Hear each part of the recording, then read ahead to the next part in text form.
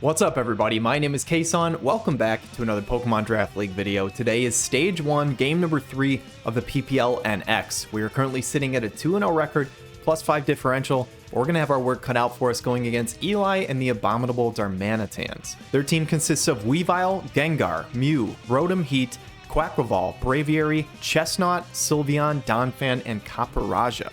His team is pretty damn scary, so let's go ahead and jump into the builder to see what we brought to counter it. The first mon that we are going to look at today is probably going to be our designated lead.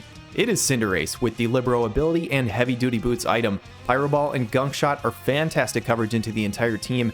U-Turn, especially with the Libero boost, does a ton to a number of our enemies here.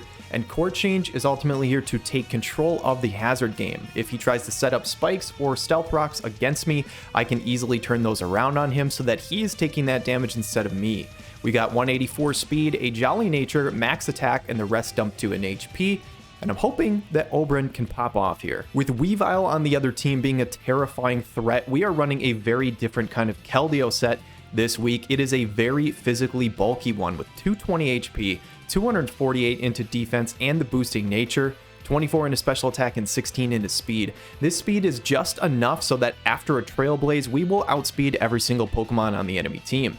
We've got Surf and Air Slash actually for coverage, as especially into Pokemon such as the Chestnut, that can deal quite a bit. We've got Vacuum Wave for priority as well. The main goal of Arya this week is to switch into Weavile. It takes the damage incredibly well due to resisting both of its stab damages, and it really can't take any super effective hit from Weavile unless it's running Aerial Ace, which I really don't expect to come this week. The next Pokemon we are bringing is our designated Quaquaval switch-in, and that is Azumarill with the huge power ability, Citrus Berry item, and Belly Drum.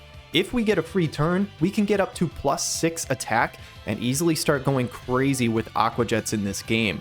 I do think there's an opportunity where we could get this Belly Drum off on the Quaquaval, because unless he goes for a flip turn or a U-turn, if we are in against it, it's pretty much a free click. Play Rough, Liquidation, and Aqua Jet are good into the entire enemy team, with a ton of attack investment, 184 in an Adamant Nature, a little bit of defense, and max HP. We should take any hit that Quaquaval wants to dish out here and be able to return punishment tenfold. Just like every other week, we are bringing Zapdos again. We're running Hurricane, Weather Ball, Rain Dance, and Roost. Now this is a very different set than what I would normally bring on Zapdos, but the Rotom Heat can kind of just sit in front of us unless we do something a little different here. We don't take a ton of damage from the Rotom, but it can potentially just go for a nasty plot and put out a lot of offensive pressure against us. This way though, if we have the Zapdos in and he goes into Rotom to basically negate whatever we're going to go for, we can actually click Rain Dance, and when it's in, it is now terrified of a Weather Ball. Honestly, Weather Ball and Hurricane are pretty good into the entire roster. If I get the Rain Dance up, not only does it mean that Weather Ball can do a ton of damage, but it also means that Hurricane is 100% accurate, which is very, very good for us here. If this next set looks familiar, it's because it's pretty much the exact set I've ran before on one of my other weeks here. We've got Khaleesi, the Haxorus, with the Lumberry item and the Unnerve ability, Dragon Claw, Poison Jab, First Impression, and Dragon Dance. Now, at first, I was originally going to run Mold Breaker because it allows me to run Earthquake, which can hit Rotom Heat super effectively, which can be really, really nice because it's 4 times the damage. However, what I've noticed is that if I get to +1, Dragon Claw is doing a ton of damage to it anyway, so I don't know if I necessarily even need Earthquake here.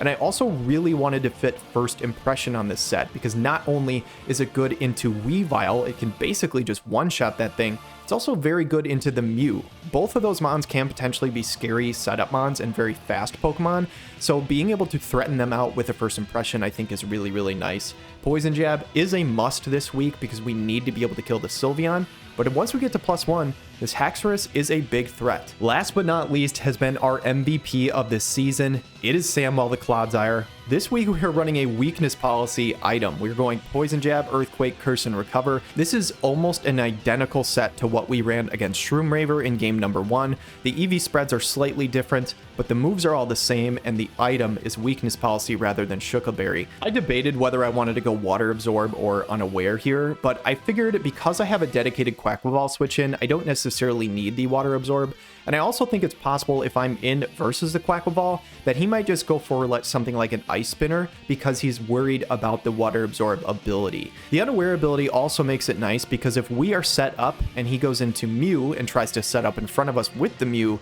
we will actually ignore the boosts on their side and we can still kind of take it down. So ultimately, I'm hoping this set can put in work. Clodzire's been an MVP through the first 2 games. We'll see what they can do in the game number 3. So guys, this is the full team preview headed into the battle. If you want to take a screenshot or just pause the video to see exactly what all my sets are, here they are on the screen. But I'm incredibly excited for this battle. Should be a good one versus Eli. Let's go ahead and jump into it. All right, I've got all the mons written down here. Eli's bringing Sylveon, Rotom, Weavile, Gengar, Quackleval, Mew, which I think is mostly kind of what I saw. Donphan is not here. However, my plan is not really to get hazards up, but if they set hazards, I can switch them out and they can't remove them. I'm going to lead Cinderace here, I think, every time. The only mon that works well into it on lead is really the Quackleval, which I don't think he would do. So yeah, I think this is a pretty good spot for us. If it's Rotom lead, we can U-turn. There's so many mons that we look good here into. I guess if it's Weavile, that could be a little spooky, but I also think that he would have to respect that we're Scarf if we're lead. And Weavile, again, would be a little bit of a weird lead.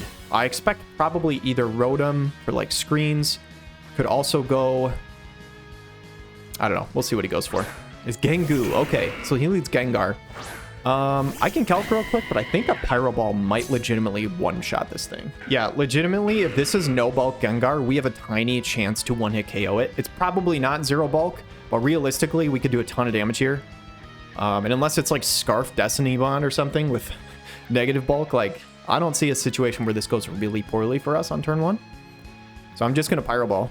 Yeah, he's going to switch. I don't think he wants to take that damage. I don't think this is the lead he wanted to see. I expect Quackleval to come in. Who is Shroom Raver? It's Mew. That is not Quackleval, but I'm perfectly fine getting this Pyro Ball chip. That is a good chunk. And now, does a U-turn kill from here? U-turn should not kill from here, from what I'm seeing. And I don't want to give this thing a weakness policy boost, because if it's weakness with a speed setup, that would be really bad.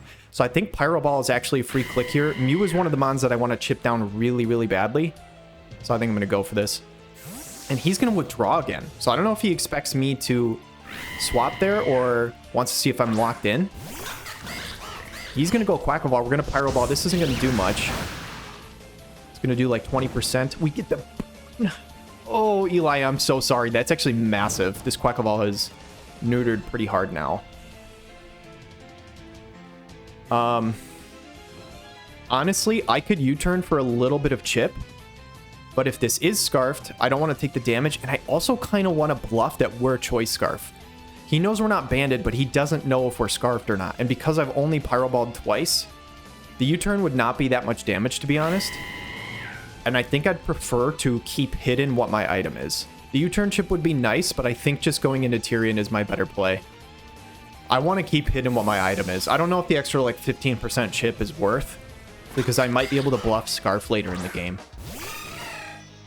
So whatever he's going to go for, it is a U-turn. Okay, so a good play by him. So smart call. Kind of wishing I was Rocky Helmet Azu, but honestly, this Quackleval being burnt, like, it's not really going to do anything anyway. This also means that Azu isn't as valuable here just because it doesn't need to check Quack, but offensively it still looks really good. So I think I am going to swap this out into Clodsire. So I obviously could go for like a liquidation here, but I think he probably just volts, and I would be in a really bad spot. Goes for the Will-O-Wisp. So makes a good read. Actually, you know, honestly, that's really good into Azu as well. So honestly, just a really good neutral play by Eli. So very smart. Samwell's burnt. That actually kind of sucks. That means this thing is not going to be nearly the threat that it would be. Yeah, honestly, that burn just like makes this set pretty bad.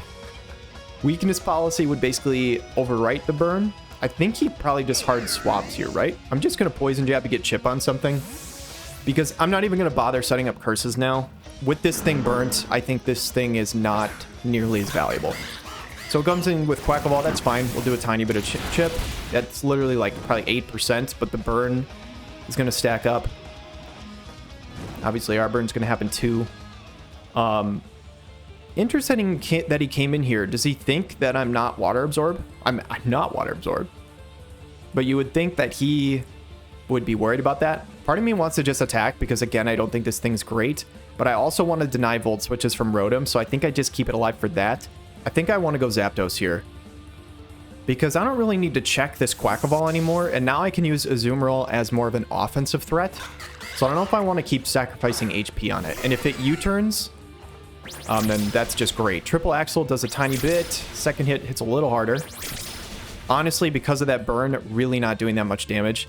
But that was kind of what I was thinking in prep, was he would go for an ice attack rather than water on Claude, just because he's worried about the water absorb.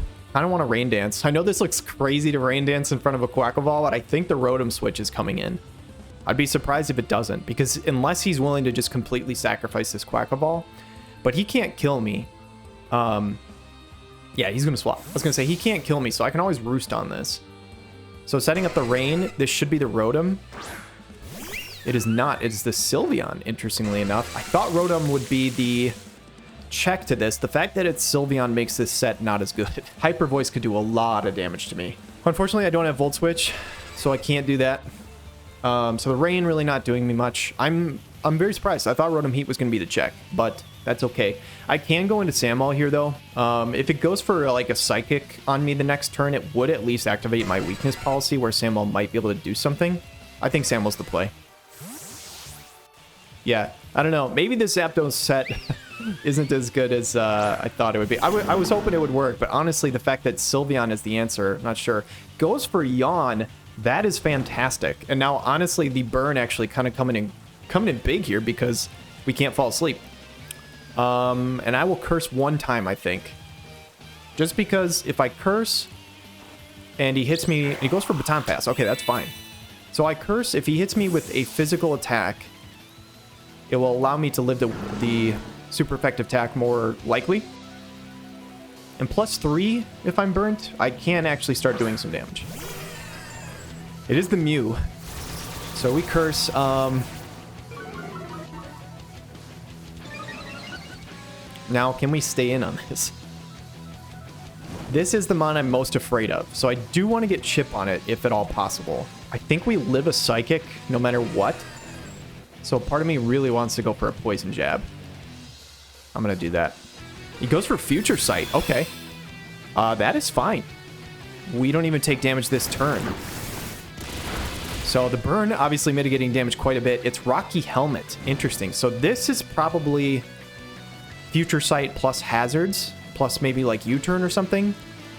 But I need every bit of chip that I can get on this Mew. So honestly, I think I curse here.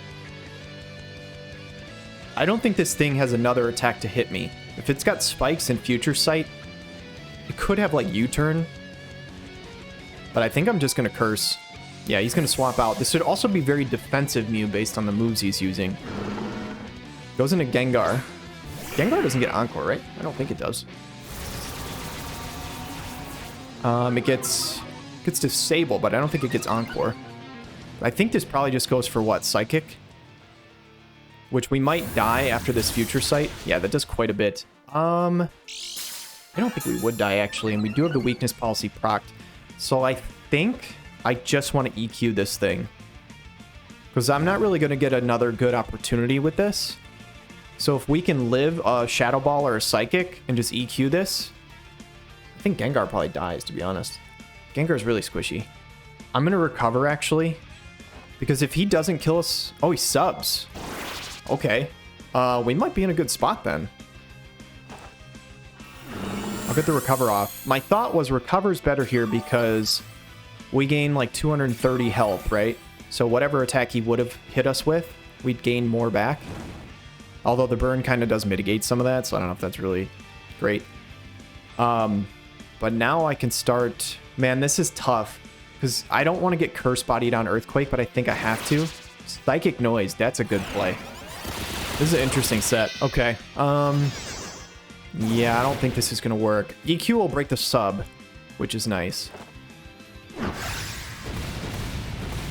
But I don't want to get Curse Bodied. Please don't show Curse Body. Because if EQ gets disabled, then we're just a sitting duck here. This is an interesting Gengar set. I did not expect this. Black Sludge, Psychic Noise sub is a interesting set for sure. Oh, I got disabled. Okay. Well played. This set feels like it's literally made to beat this. I wonder if he was talking to anybody else I played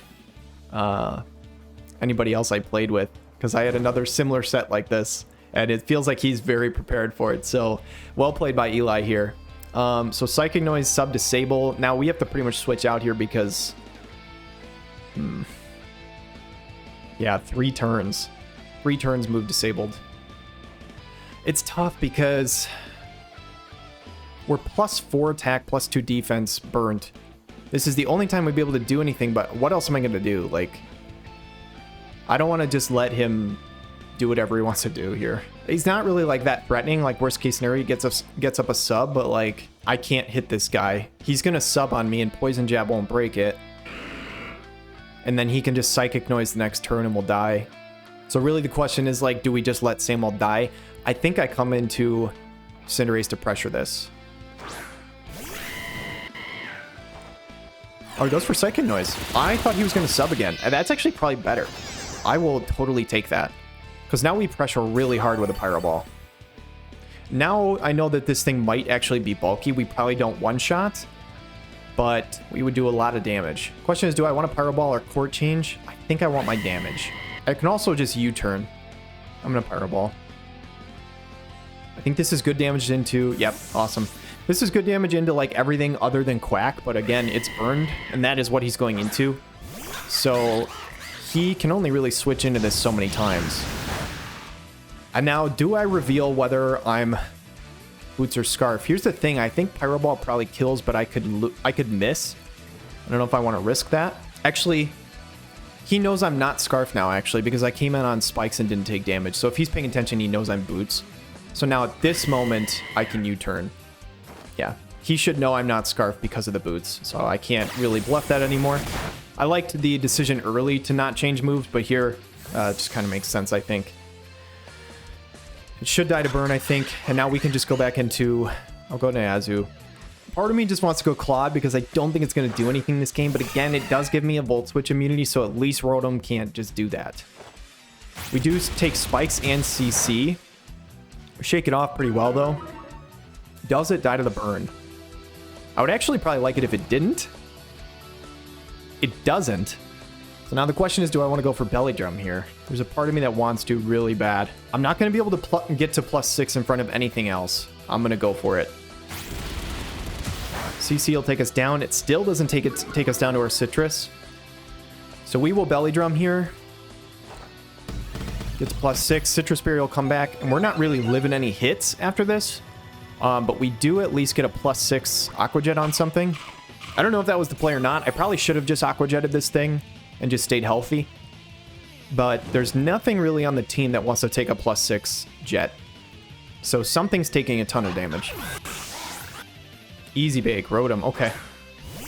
I'm not sure why he went into this, to be honest. Like, I don't have a reason not to Jet here. Oh, he's got Pasho Berry, okay. That's cool tech. So he does live it because of that, but it still does a ton of damage, which is really, really nice for us. He will take us out with a Thunderbolt. But honestly, I'm actually pretty okay with the Belly Drum play there. Because that honestly got Rotom chipped down really hard. And now here, I think my play is to go into Haxorus. I think I want to go Haxorus and Dragon Dance. He could always Pain Split, which would really suck, to be honest. But if he goes for Will-O-Wisp, which he has already shown. He's shown a Will-O-Wisp, Thunderbolt. I don't even know if he has Volt Switch. But he might not have Pain Split. He for sure has Willow. I'm going to make this play. He's shown Will-O-Wisp. If he Wisps here and we get the Lumberry after the Dragon Dance, I think Haxorus sweeps, legitimately. I don't think anything lives at +1. So, yeah. I'll go for that. Like I said, worst case scenario is Pain Split. I hope not to see it. If he does, then he just steals health. We're still going to be at +1. Show me the Will-O-Wisp, please. It is Pain Split. That's tragic. That is tragic. That actually really sucks because that puts us in Ice Shard range of Weavile, I think. At least if it's banded. Yeah, I have to Dragon Claw here. I would like to get a second Dragon Dance up, but I can't. Dragon Claw will take it out. From what I'm seeing, banded Weavile Ice Shard kills us. If it's not banded, it doesn't. Goes on my wrist. That was a quick switch. So this thing is either Choice Scarfed or Choice Banded, right? If he's not choiced, We can win right now. So the question is, do I think he's choice banded or choice scarfed? I'm going Arya. I'm making the safe play. If he's banded Ice Shard or choice scarf like Icicle or like Triple Axle or something, we lose. Or not lose, but we'd be in a really bad spot. He goes for Ice Shard. Is he banded? Let me calc that. That did nothing to us. That is 100% banded Weavile, so we made the right play. We 100% would have died to Ice Shard. So we made the right play. And now that is good information to know. I think I'll just Trailblaze so that I'm faster than everything. Oh shit, you know what? This was silly. Yeah, this is Sylveon. This was dumb. I should have just surfed. Because I forgot. My original set, I was going to put Calm Mind on this over Vacuum Wave. And now I don't have Calm Mind anymore. So that was really dumb. And with full health Sylveon, like, what am I doing Trailblazing? That was such a bad play. Should have just surfed. That was a really silly play. I don't know why I Trailblazed. That got basically nothing done. Now, I think I go Cloudsire here. It's not really doing much anyway. It could go just, honestly, for a Baton Pass again, but I don't think it would because we're faster and everything, so I think it has to just Hyper Voice. Yeah, it's going to go for it. Plus the burn, we will die to another one. But this does allow us to at least heal our Cloudsire back up, and even though it's not really doing damage, it can at least just be like a wall. It can just be a switch-in. So I'll recover here. And he's going to go for Wish. Okay. Is that bad for me? If he heals up Mew, that's kind of annoying. It's at least not like a, I don't think, offensive Mew. So it's not as threatening, but that is a mon that I wanted chipped, and now it's not going to be chipped anymore. I think I just recover again, because he's going to Baton Pass. There's zero chance he stays in and attacks. He's going to Baton Pass into something, so the question is, do I want to heal my Cloudsire to full, or be in something else that puts more pressure offensively? I'm going to recover. I don't know what he wants to switch into, but honestly, like, just having this thing at full health, it's at least a mon that I can switch into and take a hit, or whatever. I don't know. I don't know if this is the right play. I probably could have just went Cinderace there. And it might have been fine because we'd be in on this Mew. But this guy has shown that he's not a setup threat. So if this guy just keeps clicking spikes, I can court change them back over. And that's actually best case scenario. So he has one layer up already. If we can have him get 2 more layers up, that would be great. This guy's going to go for a spike, right? I think I could pretty safely go into something more threatening like Zapdos, and I could even potentially Roost on this thing. Because it's not going to put out a lot of offensive pressure. If it throws a Future Sight up in the air, I can always go into something that I don't care whether it takes damage and switch that in. It does go Future Sight first, which is fine. So I can Hurricane to get Chunk, and I think that's what I do. Get my chip. That's a decent amount of chip. That's like a third, and we Confuse. If it hits itself in Confusion, that is a great play. Goes for spikes. This is wonderful. Mew no longer gets Recover, so... I mean, how much am I taking from a Future Sight? Future Sight doesn't do a ton to me, so I think I will just Roost to full and let the Future Sight hit me. And if he wants to go for a third Spike layer, then that is just wonderful. I can find a spot to get my Cinderace in and court change. The only mon that I really can't beat in front of is Weavile, because it's faster than us. Everything else I think I can just court change on. Goes for Will-O-Wisp. That is fine. So it's Wisp, Spikes, Future Sight, and something else. I don't know what the 4th move is. But honestly, this thing can't hurt us at all, right? So now I think because the Future Sight lands, now I think I recover one more time. Or Roost. I would love to get more chip on this with Hurricane, but it's not really a threat. It's just, honestly, probably helping me out if I can pull it off right. I think because I haven't shown Court Change yet, and I already had Cinderace in on the layer of spikes, he might think that I don't have it. Now the question is, does he put a Future Sight back in the air? Does he go for 3 layer of spikes? What is he going for? He does break through and puts a Future Sight up in the air. That is fine. So now... I think I can Hurricane one more time, right? I could go Cinderace here. He's not going to hurt me with anything, right? Like, He's got Future Sight. That's the only attack we've shown. I don't even know if he has a second one. He can't burn us because we're fire type. We're boots, so the spikes don't matter. What does he go for? Yeah, he goes spikes. I could court change right now, but I want to remove this Mew first before I switch them. Because if I court change, he can still keep Mew around and set spikes up on my side. Ideally, I want to get rid of this thing and then court change. As much as it is tempting, I think I want to U-turn here and wait.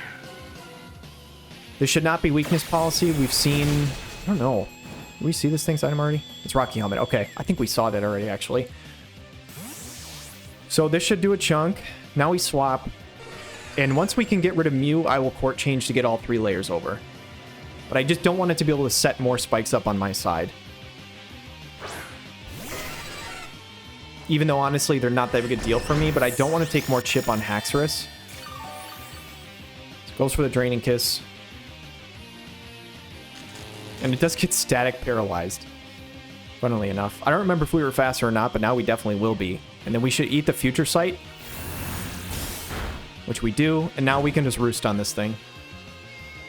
I think he probably keeps this alive. He's been keeping it alive. He can potentially just wish it back up with Sylveon.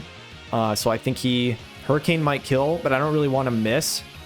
Yeah, I was going to say, I think he swapped anyway. I would rather keep Zapdos healthy. Goes in a Weavile. So honestly, Hurricane might have been the play here just because we would have gotten a chunk of damage. I'm actually surprised he went hard Weavile here. But a good call by him, assuming we would roost. And now here, I just go Keldeo every time. So coming to Keldeo here. And he bans into Ice Crash. Which does...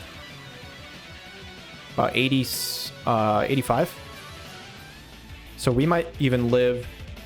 We might live 3 of those, to be honest. What do I want to click here? He goes into Sylveon, right? Do I live a Banded Icicle Crash? Okay, there's a good chance we live Banded Ice Crash, but it's not guaranteed, and I don't want to risk that. And he is going to swap. So I could have went Cinderace here. I just didn't want to lose Cinderace because it's kind of my win con here. I needed a round to win. How much is Surf going to do? 20-ish?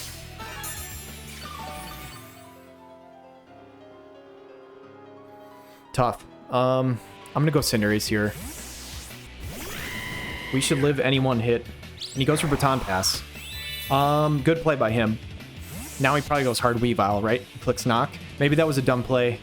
But at the same time, it's like... In that spot, he pressures me so hard. I'm so regretting not having Flip Turn on Keldeo.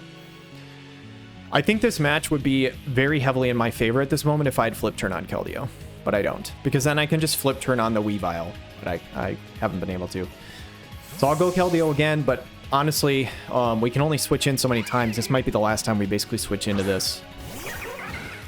Which, if he clicks... Yeah, I was going to say, if he clicks Knock, we lose our boots. So now we do take Spike's Chip. If we come in, we'll die to the next one. So this is basically the last time we can switch into this guy. So we have to figure something out. Kind of tempting to go Vacuum Wave, honestly.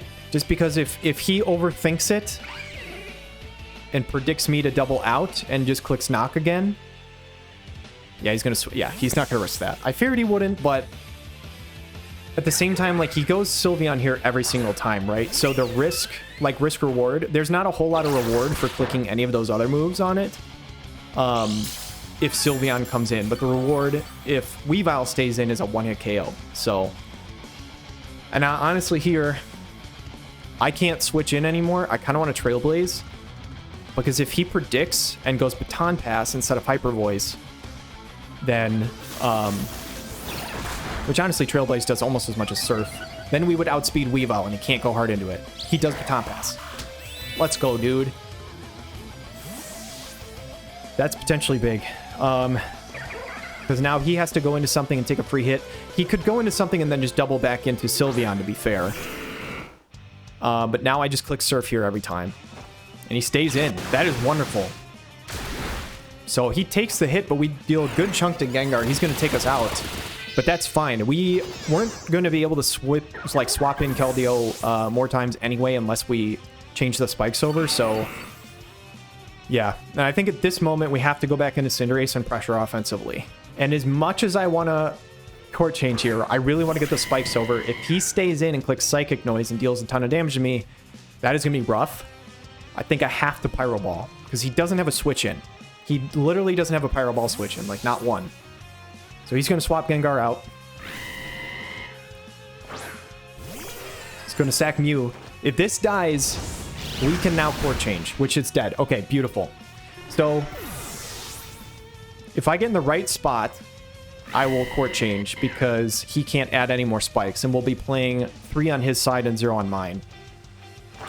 The thing is, too, with 3 Boots users on my side, it's not like the spikes are hurting me that bad. It was mainly just once Keldeo got knocked off. So I think here I sack Samuel, right?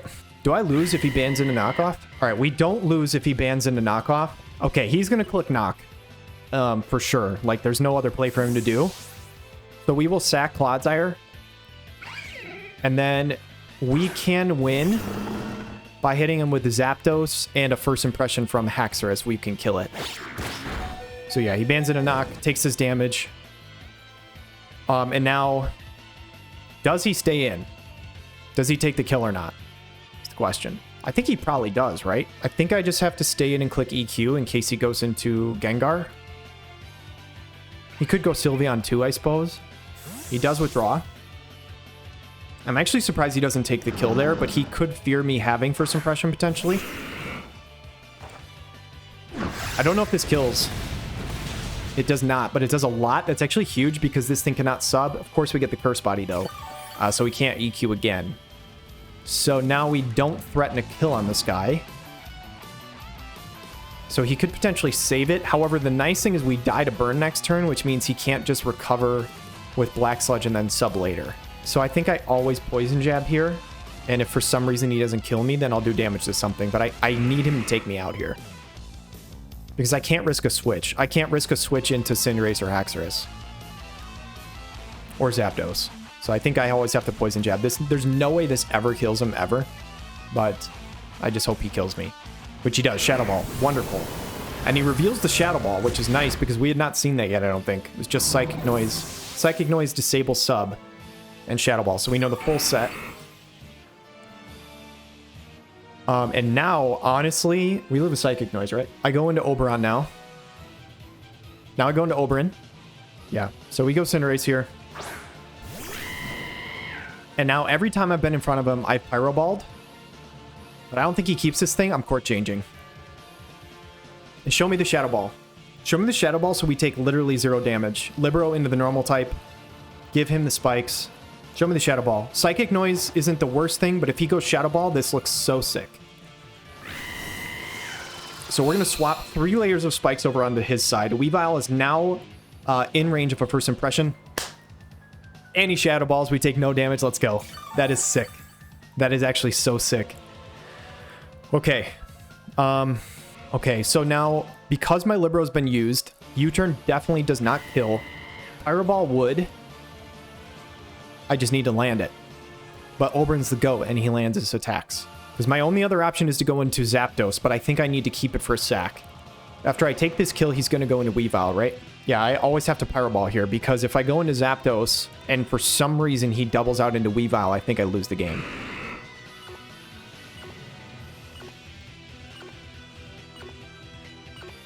Yeah. Oberon, you're the GOAT. You're going to hit this Pyro Ball.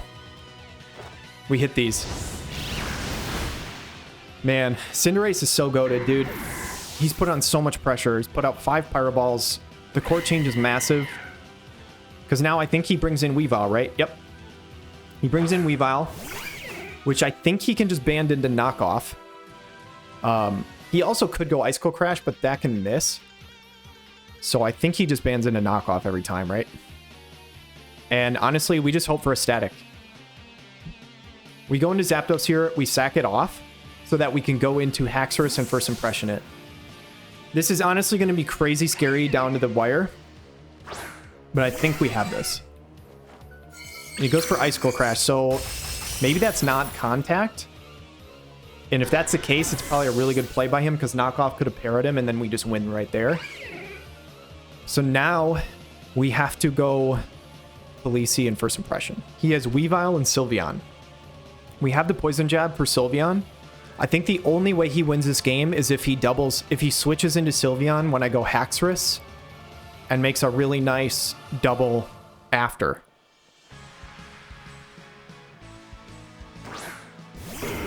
Right? He just has Sylveon. I First Impression here. He stayed in. That's it. That's game. Oh, let's go. That's huge. Okay. I was going to say, if he swaps into Sylveon on the First Impression, he would take a chunk, and then we just Poison Jab and kill. And yeah, it would never have mattered, actually, because of the spikes. The spikes would have made the entire difference. Look at how much damage that is. That's crazy. And that is why Core Change is so broken. And now I can just Poison Jab and clean up the kill. No quick attack from his side. That's going to be game. GG's to Eli. Honestly, a really fun game. I was sweating it at the end there.